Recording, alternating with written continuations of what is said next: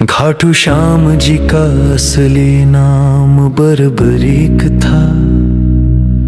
वे महाभारत के महान योद्धा भीम के पोते और घटोत्कच के पुत्र थे।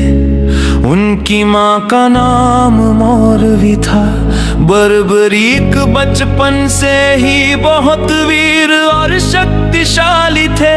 उन्होंने भगवान शिव की घोर तपस्या करके उनसे 3 ऐसे दिव्य बाण प्राप्त किए थे जो अपने लक्ष्य को भेद कर वापस आ जाते थे और कभी खाली नहीं जाते थे।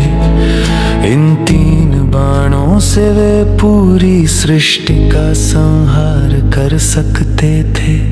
बर्बरीक का प्रण और महाभारत का युद्ध। बर्बरीक ने अपनी मां को वचन दिया था कि वे हमेशा युद्ध में हारने वाले पक्ष का साथ देंगे। जब महाभारत का युद्ध शुरू हुआ तो वे युद्ध देखने के लिए अपनी मां का आशीर्वाद लेकर निकल पड़े। भगवान कृष्ण से भगवान कृष्ण जानते थे कि बर्बरीक की शक्ति इतनी है कि वे युद्ध का परिणाम बदल सकते हैं। अगर बर्बरीक ने अपने प्रण के अनुसार हारते हुए पक्ष का साथ दिया तो युद्ध का परिणाम धर्म के विरुद्ध जा सकता था। ये जानने के लिए कृष्ण ने एक ब्राह्मण का वेश धारण किया और बर्बरीक के रास्ते में आ गए। उन्होंने बर्बरीक से उनकी शक्ति का प्रमाण मांगा और कहा, अगर तुम सच में इतने शक्तिशाली हो तो इस पीपल के पेड़ के सारे पत्तों को एक ही बाण से भेद कर दिखाओ। बर्बरीक ने बाण चलाया।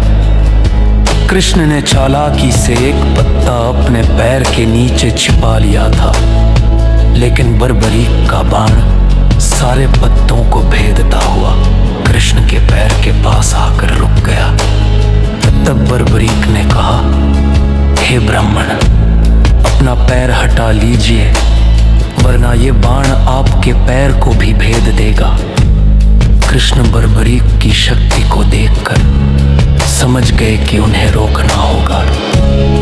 शीश का दान। तब कृष्ण ने बर्बरीक से एक दान मांगा।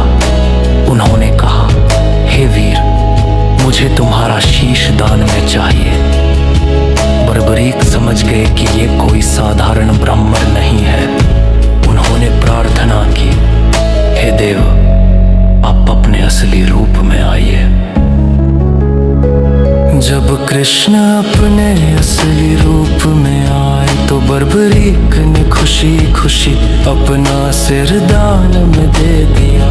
इस महान बलिदान के कारण उन्हें शीश के दानी के नाम से जाना जाने लगा। युद्ध देखना और वरदान पाना। सिरदान करने से पहले बर्बरीक ने कृष्ण से एक आखिरी इच्छा व्यक्त की, हे प्रभु, मैं ये पूरा युद्ध देखना चाहता हूँ।